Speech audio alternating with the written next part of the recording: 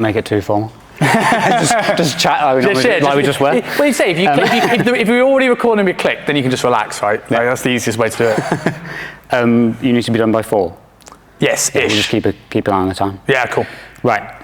So, one of the reasons why I really wanted to get you down is because I think you sort of align with our ethos on we don't have all the answers, and like the more you learn, the less you know, and all that kind of stuff. Would you touch on that a little bit? Oh my God, usually. Like, it's such a weird thing, like when you have this, you call it the Dunning-Kruger effect, right? You start off going, I know what calories in versus calories are, this is easy. Yeah. And then all of a sudden it goes, yeah, but you know the anatomy of the bicep? And I'm just like, oh no. And then I'm like, oh, okay, I get this. But have you heard about fascia? Yeah. And it's one of those things is like, you never feel like you're getting smarter, but the ceiling gets bigger. Like when I started at Virgin Active, it was like, I need to be better than the people in my gym. And now I compare myself to medical doctors. Yeah. And like, there's 2 ways to look at this, right? And I think we're in a position in the industry now where more and more people are shying away from what they don't know. Yeah. Have you ever seen our Facebook groups where there's more, you see the anonymous user ask questions more and more? Yeah. But I think it's such a shame because you don't grow unless you do that. Yeah. Be in rooms where you're the dumbest person. I've made a career out of it. I've spent 15 years trying to be dumb. Yeah. And it served me well that I can be in rooms with you guys and doing things like this. Absolutely. Because I've done that. So I think it's hugely important because if you can, and I tell you what's amazing about an event like what we are doing is because you're fully immersed in it. Yeah. You can't sort of half be in the lecture but half play Candy Crush. You're in it, you're here, you're experiencing it, you're in the sets. You'll go away with a new appreciation. It'll be like 10 years worth of learning in a day because it'll be the most focused work you've ever done. Yeah. And that's usually like how we start our workshop, is like just set the scene of like don't be scared to get shit wrong, and like just shout up if you've got questions. There's no need to be like shy about it. I'm always, when it comes to my lectures, I nearly always put someone on the spot really quickly, and that's going to scare people maybe who are watching this and thinking about coming. But when I do it early, it's always something unbelievably easy. Yeah. And the reason is because, or really difficult. Like there's no way anyone would answer it. Like I won't even know it. Yeah. But the reason is because as soon as you realise that someone answered a question, and whether they know it or not, it doesn't matter. Yeah. No one's getting judged for this. We all do the same thing.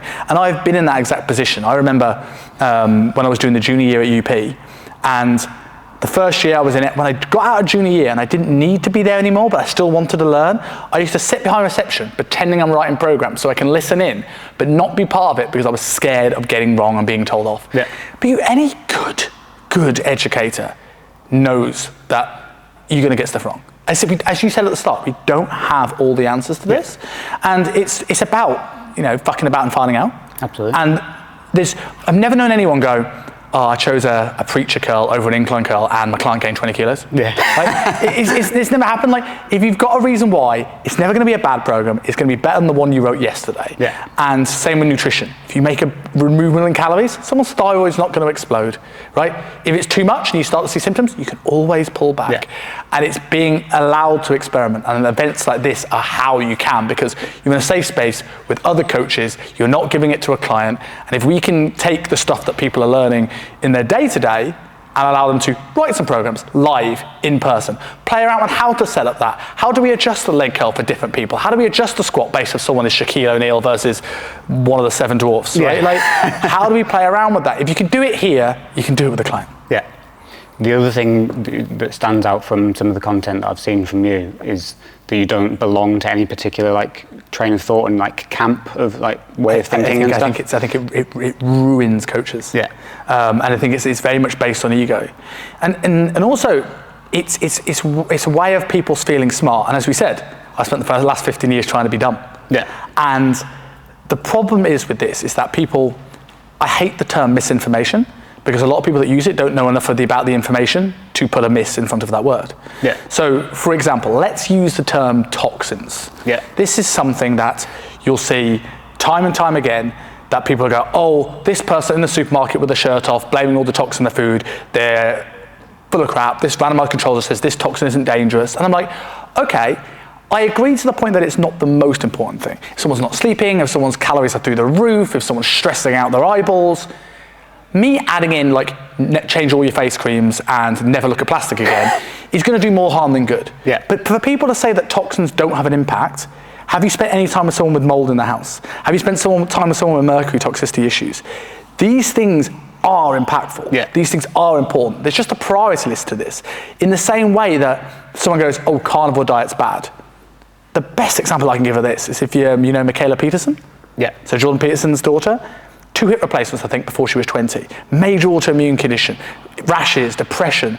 And she went to keto, made a little bit of benefit, went to carnivore, where she's been since, and she's had a complete alleviation of her symptoms. Yeah. Now, you could make an argument, I would, that maybe we'll sort some things in the gut, and maybe if we did all the underlying work, she can maybe include these things again. But if she's feeling good and she's enjoying it and she's actually more healthy now than she was before, you're invalidating that person's experience by fitting into a tribe. Yeah. I don't know who the next client is in front of me. And science and research gives you a bell curve. It's, this exercise is best for quads in the 70%. Yeah. This toxin didn't hurt people in the 70%. But what if you get a client at either end of the bell curve? That research is irrelevant for that person in front of you, right? If someone says bench press is the best for chest, okay, but what have you got a pigeon chest? What have you got a flat rib cage? Yeah. Well, squats, this is the best exercise for quads. What have you got a 14-foot femur? Good luck being the best, it'd be great for glutes. Yeah. But these are the things that people don't think about when they're arguing online. It's I would rather have at my disposal every tool, learn what's possible, and then be able to learn when is this applicable and when it's not in somebody's journey. So yes, I think, I hate the word from a functional standpoint. When I say functional, I'm talking functional nutrition, but from a functional standpoint in terms of getting the best results for clients, the more tools you disregard, the less people you can get results with. Yeah. If you only think it's about calories in versus calories out, yes, that's the most important thing for body composition, and probably the most important thing for health too, in terms of thyroid, testosterone, and a lot of hormones. But if you think it's only about that, and then the rest of your content is just low-carb burrito recipes, Yeah. then you've taken out, I can't work with vegans, I can't work with people with toxic load issues, I can't work with people with autoimmune conditions, I can't work with people with gut issues, I can't work with people with hormonal issues, because you have to understand deeper. Now, we shouldn't be necessarily working with people that maybe should be referred out, but it's our job as coaches to make sure at the very least we do no harm. If not, make it better with the tools in our disposal. And there are tools within our disposal to help people with injuries and chronic issues without trying to be the doctor, without prescribing. But I think we have, as coaches, if you look at Google Trends at the moment, for the first time in years, health has outweighed body composition. Right. So post-pandemic, people are more concerned about their health than ever before. Diet of a CEO, love it or hate it, right, is making our clients smarter. Yeah. They will have heard words like autophagy, and they will understand calorie balance to a degree. So coaches that are upskilling and coming to events like this will be left behind in a few years when their clients will ask them, I've heard about this thing called autophagy, what do you think it is? And if your answer is, it doesn't matter, research says it doesn't matter, then you're going to lose that client, or you're going to cause a bad relationship with that client. So I think it's really important that we understand more than just the basics and not get into a tribe, because you never know when someone's going to come your way with that. And it's sort of understanding the extremes to know where the middle ground actually is, because if you never actually go to one end of it, your perspective is skewed, isn't it? And it's not even as much extreme as you think, right? 1 in 3 people have metabolic syndrome. Yeah.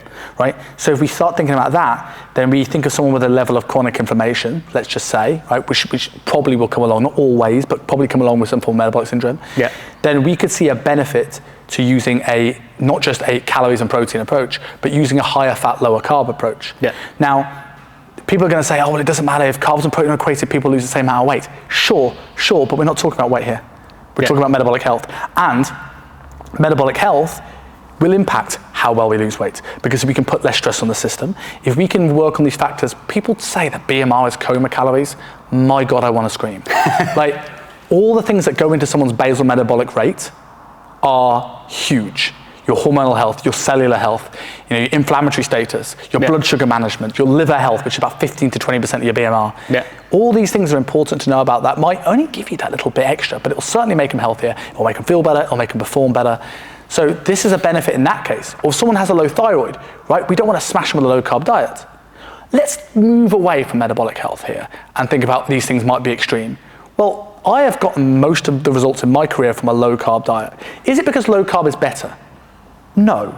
But for someone who's super busy, like the people I'm sure you work with here, right, are people that afford high-end personal training, are corporate executives, lawyers, bankers, right? They're probably not very good at tracking food. They're probably going to make mistakes. They're probably not into like crossing every T and dotting every I. It's much easier to swap chips for a side salad than to go, excuse me, waiter, can you tell me how much oil are you cooking that in? So low carb dieting is easy. And sometimes if people find something easy, and as coaches we go, yes, but the randomized control size said it didn't matter. I'm like, oh, calm down, just because you like carbs, they can still go a low carb diet. And guess what?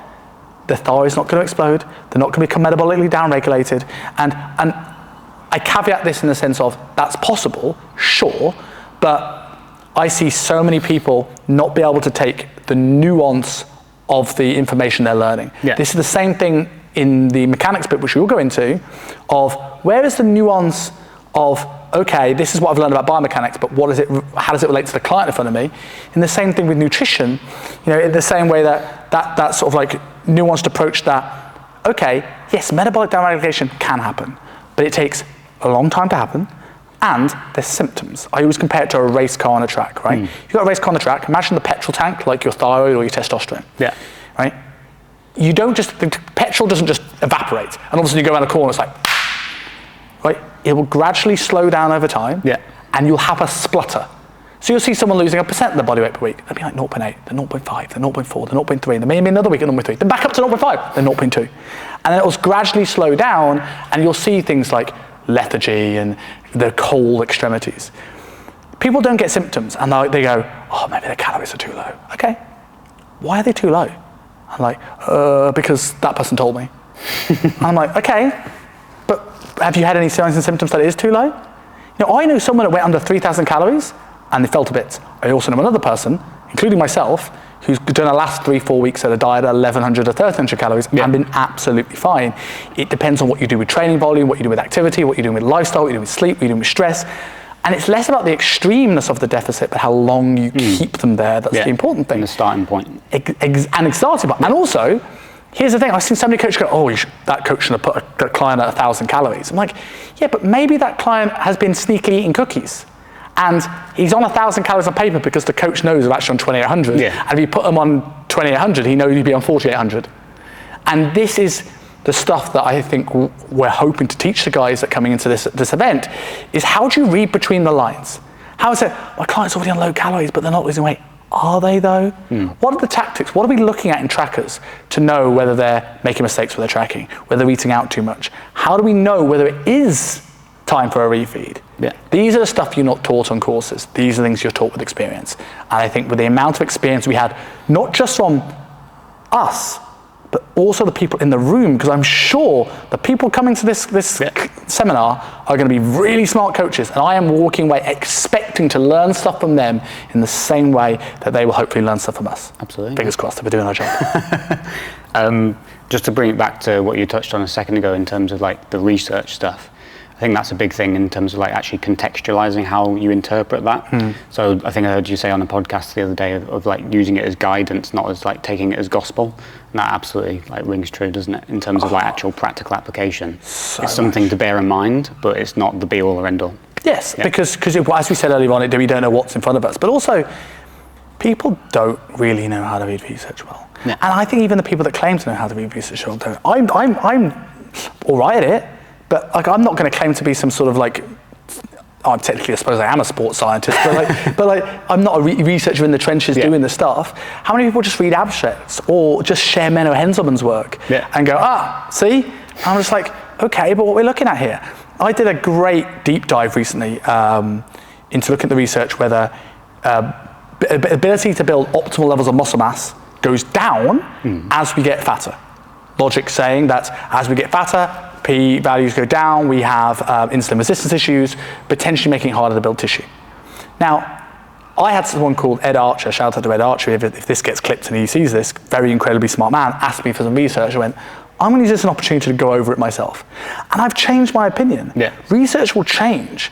And if you're waiting for research to be general consensus, then you might be waiting 15 years to do things that could work, right? So you've got to use your own experience. You've got to kind of use your intuition a little bit and not be blind to it. Yes, use it as a guiding, the starting point, but then use your experience, use communication.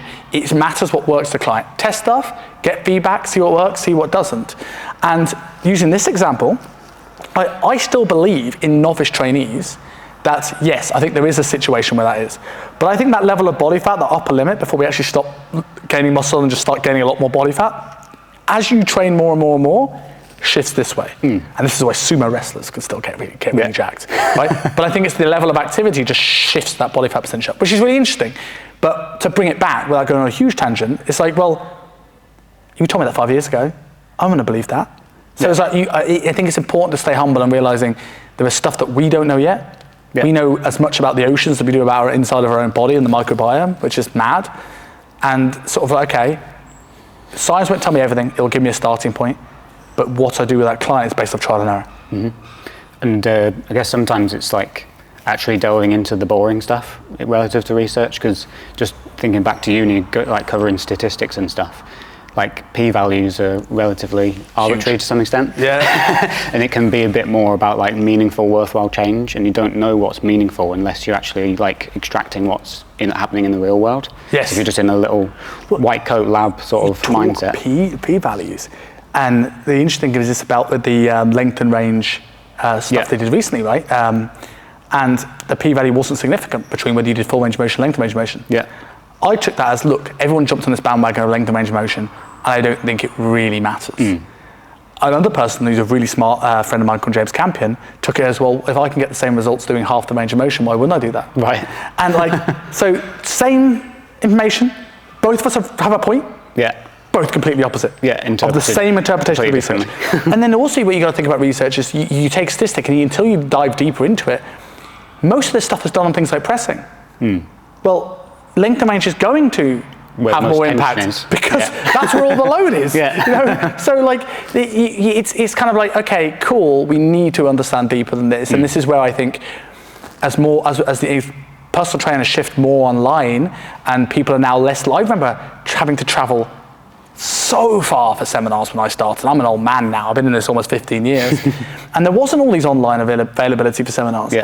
So now, people do this online and they learn a great deal. I think the things are amazing. I run an online course, of course I'm going to say that. But I think things like this are so important because this is where the rubber meets the road. This is where, okay, I could learn what the data says, I can get really good at it, but you don't really know the consideration that might go on in the study until you sit there and get put on a leg press and go, oh, this bit feels different, you know? Or if I change this on a leg press and now it feels considerably different throughout the whole range of motion. Or let's say we take two people, we do one on all length and range challenges and the other person all short and range challenges. Let's assume that the person who has more length and range work, it is more hypertrophic. Okay, that's on one session. Now we did that over time. What if that person couldn't recover from all the length and range work because it's more demanding? So what if someone who's got 3 hours sleep, got a heavy toxic load, got newborn kids, they work at a law firm, they're just going for partner. They might grow better on short and range. Not because short and range are better than length and range, because they're easy to recover from that challenge. So it's all context dependent. I can make an argument with doing something that's opposite of the research if the client's symptoms present the right way. And that's why I think it's important to know sound principles before sound bites. It's not just knowing like what, how, and why, it's who and when. Exactly that. Exactly that. Cool. Right, let's get on to like transformations a little bit. What kind of key metrics or things do you think are most important when you're sort of trying to take a client through that sort of process? I even think before metrics we need to think of is expectation management. Or I think just elements, like is it goal setting or is it nutrition or is it training? What sort of big sort of components are the most important? Are we going to do that whole percentage thing? Because I would go it's 100% of all of them. But I do think that first thing comes down to goal setting and in turn expectation management. So that sets the framework. It sets the framework and people's motivation over the course of a transformation. To get some of these amazing transformations I can see behind you on this board, right? Every single one of those people, maybe except James McGreevy because he's a PT himself, but every single one of these people were a Gen Pop person. They started because they wanted to move away from something. They were moving away from pain. Whether it's like, I look in the mirror every day and I feel crap, or I feel my energy's poor, or I can't run around my kids, I look in the shower, I can't see my penis, whatever it is, they move. So the coach doesn't need to do much, right? Their accountability is them. And then this middle bit happens. And this is why coaches are really good at helping people lose their first 10 kilos, but they often don't get the results you get on the wall. Why? Because they get to that middle point and the client goes, do you know what? I'm not unhappy now. Yeah. I can see my penis. My wife thinks I'm happy. My friends don't call me the fat bloke anymore. But they don't have that pull motivation. But there's no pull motivation. Yeah. And this is where it starts with having that goal of that's one, exciting, break it down to smaller chunks so it's less overwhelming, and how do you get into someone's psyche and understanding the why, not only of where they want to get away from, but what's the real driving force behind where they want to get to, and what work needs to be done. How many people will coaches who are so desperate to be liked, and I'm all for being friends with clients, but I always say nothing will make a client dislike you more than them feeling you've wasted their time and money. Yeah. So if you say to if a client goes, oh, it's really hard to get 10,000 steps, and you go, oh, don't worry, Jane, it's okay, you can do 5. Oh yeah, I know, tracking macros is hard. Maybe we'll just eyeball it. And you've never said in that time frame that this less level of accuracy and effort, the results are also going to come along with it. So they're going to go in 10 weeks going, I was promised this result. And it's because you didn't frame that. I don't mind if someone wants to go balls to the wall or want to go slow and steady, as long as the coach and the client are on the same wavelength. Yeah. Our job as coaches, if this is a Harry Potter story, is to be Dumbledore, the client's hero of the story. We're guiding them on their journey and their path. Yeah. I think I've heard you sort of use the sat-nav analogy before. So do you want to take the scenic route? Yes. Or do you want to go on the motorway and get there as efficiently as possible? We both get there. Yeah. It doesn't really matter, right? And people also have this backward ideology of slow and steady improves adherence. Yeah. Not necessarily.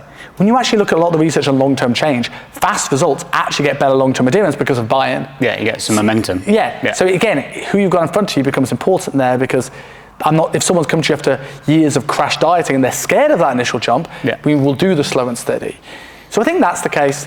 And then when it comes to the nutrition training debate, I think they're both important, but I think fat loss is a nutrition and expenditure game outside of adherence, and training.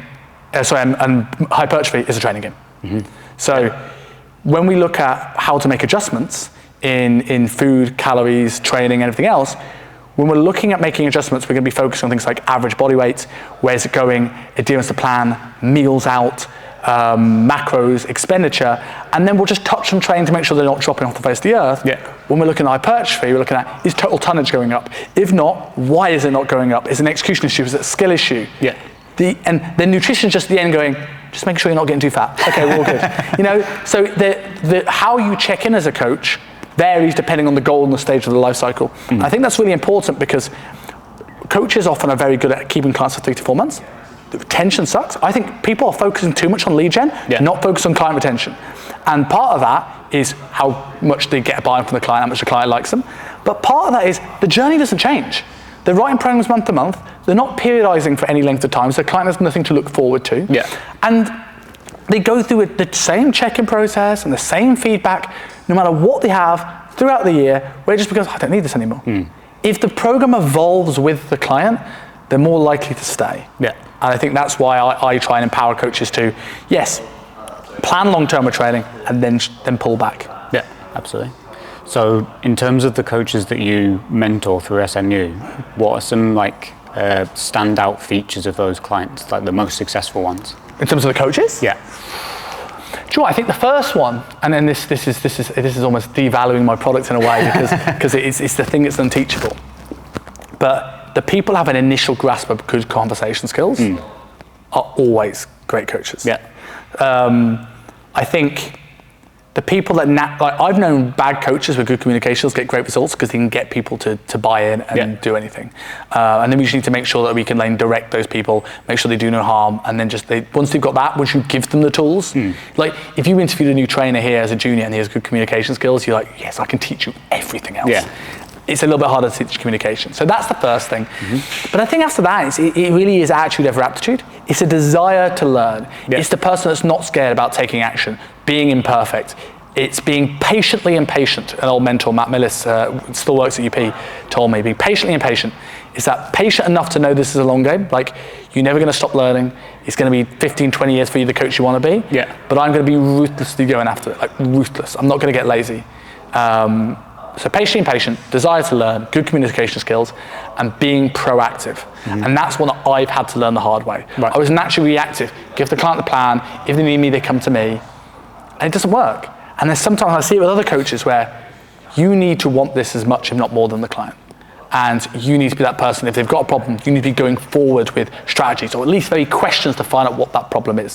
So being able to ask good questions allows you to create better solutions, allows you to get results quicker. The great example of this is, a lot of coaches, I say mansplain. And I know mansplain is a bit of a dirty word now, but I include the female coaches in this. That we go, client struggles to sleep, have magnesium. Client struggles on night out, don't do it. Don't have a drink, alcohol's bad. And it's like, have you found out why? If the client isn't sleeping because they think they're going to get an extra 3 zeros on the bank balance by staying at working, no dosage of magnesium is going to solve them. If you ask, okay, run me through your evening routine. What is it makes you feel that you can't sleep? Okay, and why do you feel that staying up till 2 a.m. is needed to get this? What can you not do this in the day? These are the follow-up questions where you're just curious about somebody that allows you to go, oh, okay, I need to either shift this in terms of priority. So it could be something like, let's say a client has bad sleep. I could give you Matthew Walker's book and go, oh, this guy's really smart, learn everything about it. And he'd be like, yes, I'm no worries, I'll get some sleep. And then he doesn't do it. But if you went, hey John, thank you for your check-in. So we aim to lose 0.9 per week. We're actually at 0.2, so we're a little bit behind target. And what I've noticed is every time you've had a bad night's sleep, I noticed the next day you go up by a couple of kilos. Could you run me through what's happening on those days? What does that do? One, it shows you've listened to it and you're paying attention to the data, but it also shows to that client, like, oh my God, I didn't realize my sleep was having this impact on me now. You saying your sleep might give you dementia in 40 years, not 40 years Simon work it out, right? But if I go, oh my God, my results aren't there now, or saying, hey, I've noticed that you're eating out a lot. Can we dial this in, or do we need to change the goal for you? Some people go, oh yeah, maybe it's a busy period, and that's cool, you're on the same wavelength. But if it's like a big alpha male or female, they're going to go, I don't want to refine the goal. And now you've found a way to communicate with them to make this step this up without at any point having a real difficult conversation, because you've got data. Rather and the data doesn't lie. Jump straight to an immediate solution when you don't actually know what the problem is. Like going to nights out, right? If the problem with a night out is that the FOMO of missing out on a night out is the reason why they don't go out, like telling them not to drink isn't going to be it, or telling them just to stay home isn't going to be the answer. Right, so you need to know truly what the problem is before you find a solution for that problem. Got it. To pivot a little bit, just aware of time. Imposter syndrome, something you help coaches with a lot. And I'm sure you would have experienced yourself a million times. Still to this day, almost every day, In terms of that, obviously we've touched on like the Dunning-Kruger effect and things like that. What's the most simple sort of solution for getting through imposter syndrome, even if you actually frame it as a negative thing, because it can be a positive, I guess? That's the thing. First thing is the reframing.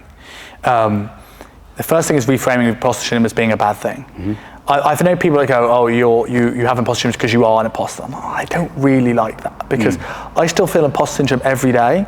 I've managed to educate coaches to over 200 results this year. I've worked for some of the biggest PT companies in the world. I've got some outstanding results. I think at this point I have enough proof to say that that's not the case, but it doesn't stop me feeling that way. So if I never felt like an imposter, it means that I'm not pushing the boundaries. I'm not learning things. I'm in a comfort zone. If you're feeling imposter syndrome, it's showing that you're going and doing something that's challenging you. So if without that imposter syndrome, I wouldn't have done courses. I wouldn't have moved across the world. I wouldn't have found out the mentors I did. If I was to feel like, I know it all, I would have never developed after the first year. So the reframe's the first thing. And the second thing is creating an undeniable stack of proof you are who you say you are. It's much harder to have like, using my example, I still feel it, but I can lean back on the fact that all of the results I've got with me and coaches to go, shut up, Simon, you're being an idiot. But how many coaches generally can do that? Especially these days when the focus is on marketing, not on results. So now you go, okay, my lead gen strategy is good, fantastic. Are you confident selling it? No. Why? Because your results suck. I see coaches all the time, and this is no knock to great companies that do therapy. I've worked with TMP, absolutely amazing. But I see so many coaches go, I tried a lead gen strategy, it didn't work. I've got imposter syndrome. Okay, maybe it's a video editor I need. Maybe it's another business coach I need. Or maybe I need therapy. Or how about the fact that your product's crap? Like that's the reason. Solve that, and it's amazing how many things fit into place. It's so much easier to sell it, it's so much easier to market it. And then, sure, go and get business coaching, therapy. And if you've got troubles outside of, I don't feel confident myself, then yes, obviously that's a different story. But yes, I think it's getting under the double stack of proof, always want to be learning. And it's an energy thing as well as a results thing. when I do an in-person event, in-person in particular, when I do an in-person event, I come back and I give a little bit extra energy to my clients. And when I do that, even if it's not the things that I directly learn that help them get the results, my energy helps them get results.